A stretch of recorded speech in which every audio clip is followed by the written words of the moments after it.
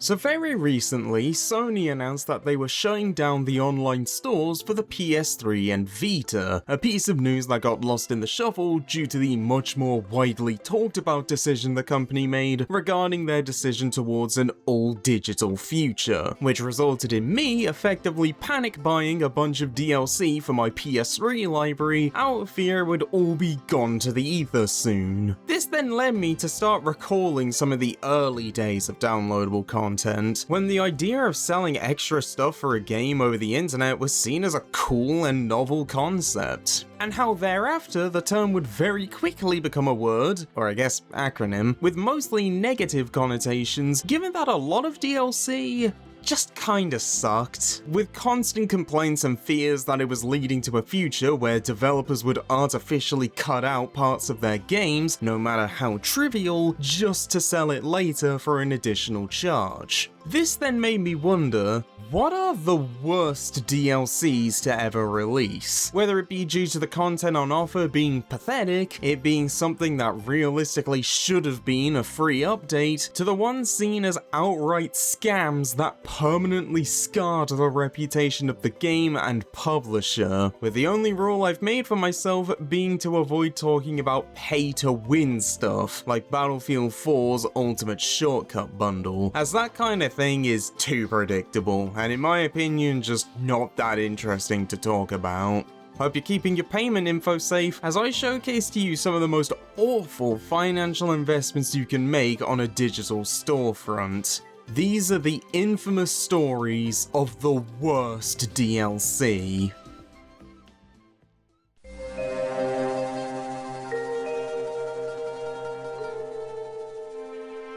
Let's start things off with probably the most obscure game for today, with 2009's The Saboteur, an open-world game developed by Pandemic Studios, the same company behind both the original Star Wars Battlefront and the first two Destroy All Humans games, with this actually being the final release from the studio before they were shut down by EA. The game following an Irish race car driver and mechanic named Sean Devlin, who after his best friend was murdered by a rival racer, that coincidentally turned out to be an SS commander, joins the French resistance to help liberate a Nazi-occupied Paris. Now, whilst the game saw an overall mixed to positive reception, the thing it's mostly remembered for was its infamous DLC expansion, The Midnight Show, which came packaged for free with brand new copies, but otherwise could be purchased from the 360 or PS3's online store. This being a fairly common practice for the time, in order to incentivize people to buy the game brand new instead of getting it for cheaper secondhand. The pass is usually unlocked a game's online multiplayer mode or some kind of DLC expansion, but the practice mostly fading away following the rise of digital sales of games during the PS4 and Xbox One era.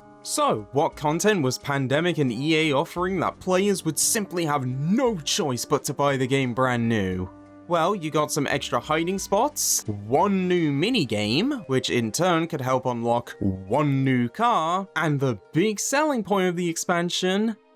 the option to see the burlesque dancer's naked breasts. No, I'm not kidding. EA genuinely thought that a good incentive to force people into buying their World War II open-world stealth action game at full retail price was to lock what effectively amounts to a nude code behind a paywall. Unsurprisingly, this was widely mocked by both the press and general audiences, not only because The Midnight Show barely had anything substantial to offer content-wise, but just the notion of being so desperate to shift copies you fall back on in-game rendered softcore material to do it was simultaneously incredibly pathetic and also really funny, with it pretty evidently not working as only a couple years later, EA would shut down the online servers needed to redeem the packaged codes, forcing you to buy it from the console's digital storefront anyway, before it was later delisted from there as well. Though sometime later it did get relisted on the PS3, with it otherwise getting preserved via the PC version which, for whatever reason, included all of the Midnight Show's content from the get-go on the disc. So for all of you out there concerned over the possibility that the option to see half-naked video game women had been lost to time, you can rest easy.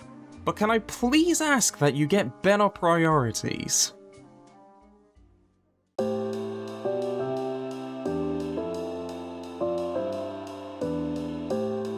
So looking behind the definition of something superfluous is pretty bad, but what if you were to charge people for something that not only should have been there from the start, but when it was added, should have been free? That being exactly what we're going to be covering next, with DLC number 13 from Tekken 7. Now, fighting games are arguably the genre most suited to the DLC model. Hell, it's arguable that releases like Fatal Fury Special and the various versions of Street Fighter 2 are some of the earliest examples of the business model. The only thing that changed being that you now update or purchase an upgrade pack over the internet instead of having to buy the entire game again for the sake of a few extra characters and a balance patch. With it also being common practice for them to receive multiple season passes over the span of years in order to keep people playing the game until the studio is ready to start promoting the next entry. I explain this because whilst Tekken 7 originally released in arcades in 2015 and got ported to home consoles and PC in 2017, this particular DLC released during the game's third season of content, which ran from September 2019 to March of 2020, with DLC number 13 specifically releasing the same day as both DLCs 11 and 12, which were the characters Ganryu and Leroy. So what could this special third DLC be that dropped the same day? Another character? An extra stage? New story content? No. DLC 13 was instead the option to display frame data. For anyone not well versed on fighting game lingo, frame data is the term used to describe the information of how a move works on a frame by frame basis in order to generally understand both how good it is and when it's the best time to use it. The most important information being the startup, which is how long it takes for the move to come out, and the recovery, which is how long you're left exposed if you either miss or the opponent blocks. Overall, it's something that's not needed to do well, but can prove useful to more hardcore players to learn the ins and outs of a character down to the microscopic details. Which is why some fighting games tend to include the option to see the frame data as part of their practice or training mode. However, unlike other fighting games which give access to it for free, Bandai Namco instead wanted you to pay for it, either on its own for £2.50 or $3, or as part of the third season pass, leading to harsh backlash as,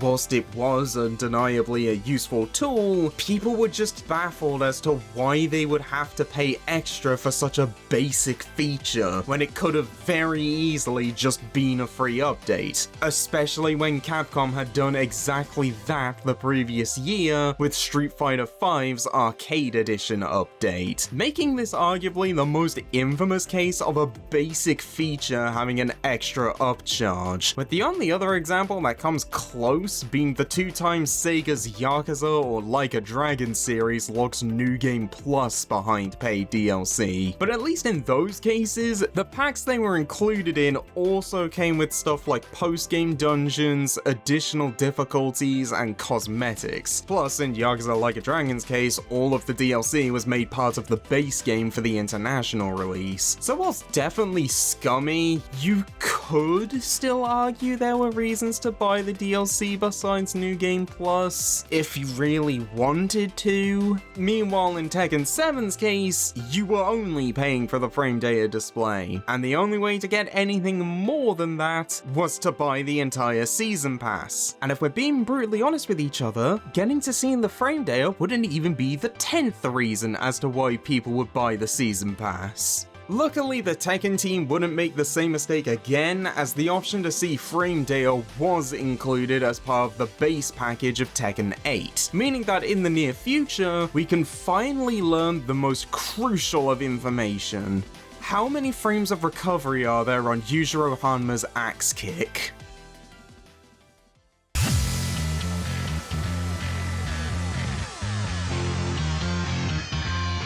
Sticking with Tekken for a bit longer, let's have a look at a game we've actually discussed before on the channel with 2012's Street Fighter X Tekken, the Capcom-developed crossover tag fighter, which despite a massive marketing push, ended up being one of the company's most poorly performing and widely mocked fighting games, a feat only surpassed by the later released Marvel vs. Capcom Infinite, with its eventual failure mostly being blamed on a mix of its questionable gameplay mechanics of Gems and Pandora, Capcom cannibalizing their own sales due to them releasing way too many fighting games in too short a time span, and what we're interested in covering, its controversial DLC practices. The issues with them not so much stemming from what was on offer, but instead how Capcom went about releasing them. Now, to give the full context, during the build-up to Street Fighter X Tekken, it was revealed that in addition to the main version on consoles and PC in March, there would also be a handheld version for the PS Vita, which was set to release in October and would feature 12 additional characters. But then, just a few days ahead of the game's release date, pirates had managed to crack the Xbox 360 version of the title and discovered something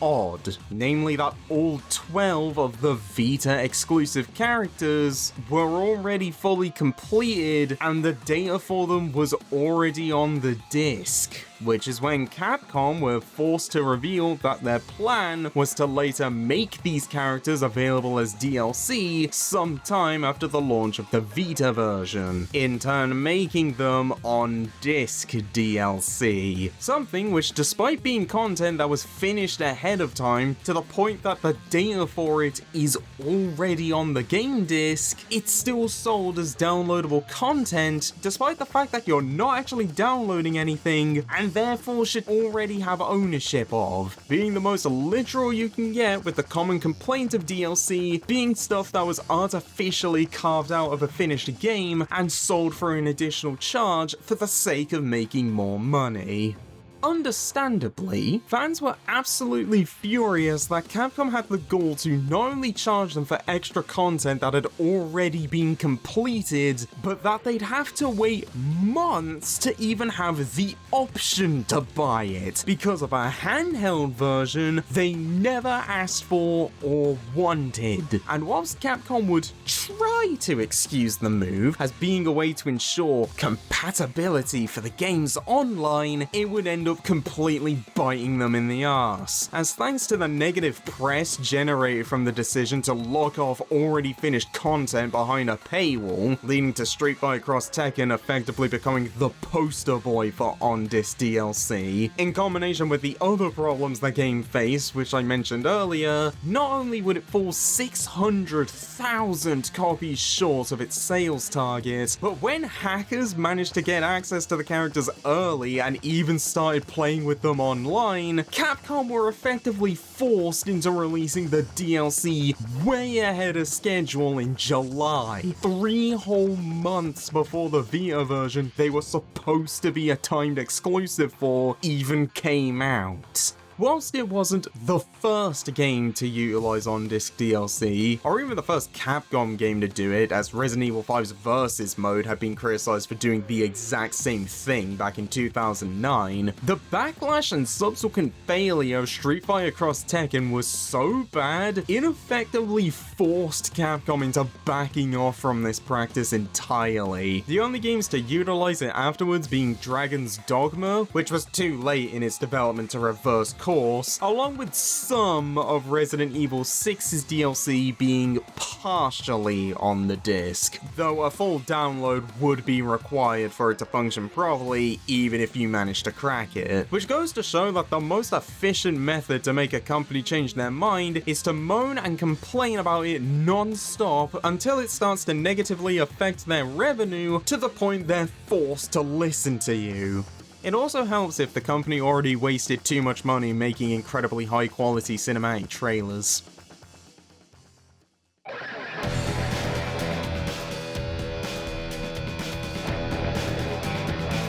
to end things off today, let's stick with Capcom to cover what probably stands as the most infamous DLC release of not just the company's history, but just the general history of downloadable content as a whole, with Asura's Wrath's infamous Episode Pack DLC. For anyone unfamiliar with the title, the fast way of describing Asura's Wrath is that it's God of War if it was made by Capcom. The story similarly following a rage-fueled demigod as they seek to get vengeance against their own pantheon for betraying them, though instead of being a relatively straightforward interpretation of the figures and stories from Greek mythology, the cast and world of Asura's Wrath is instead one of science fiction that blends elements of both Hindu and Buddhist mythologies, with the gameplay often being described as an interactive anime, constantly shifting between third-person action combat, rail shooting, and QTE-heavy cutscenes. Now, whilst the main game saw mostly positive attention from those who played it, the DLC saw a much more mixed reaction, and to build up anticipation, let's go in order from least to most offensive.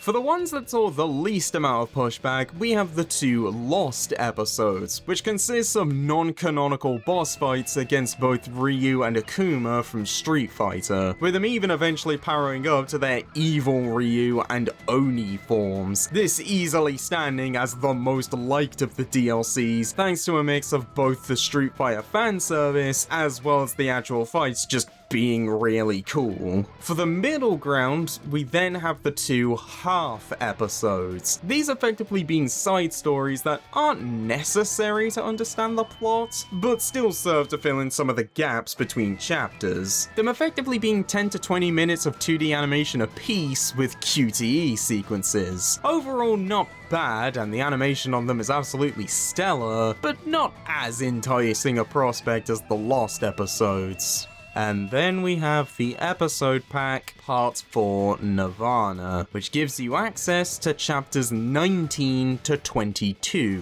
which are often heralded as being home to some of the best moments in the game in terms of its story, gameplay, and action. So then why is it so hated if it sounds like it's peak fiction? Well, that's because Part 4 isn't an epilogue or follow-up to the main plot, like a lot of story expansion DLCs tend to be. No, Part 4 is the actual ending. As in, if you don't buy or play this DLC, the game concludes on Chapter 18 with an incredibly unsatisfying cliffhanger, meaning that if you wanted to see how the game actually ends and get an actual conclusion, you had to fork over an extra $7 or £4.70 to see it, on top of the $60 or £40 you already spent to buy the main game.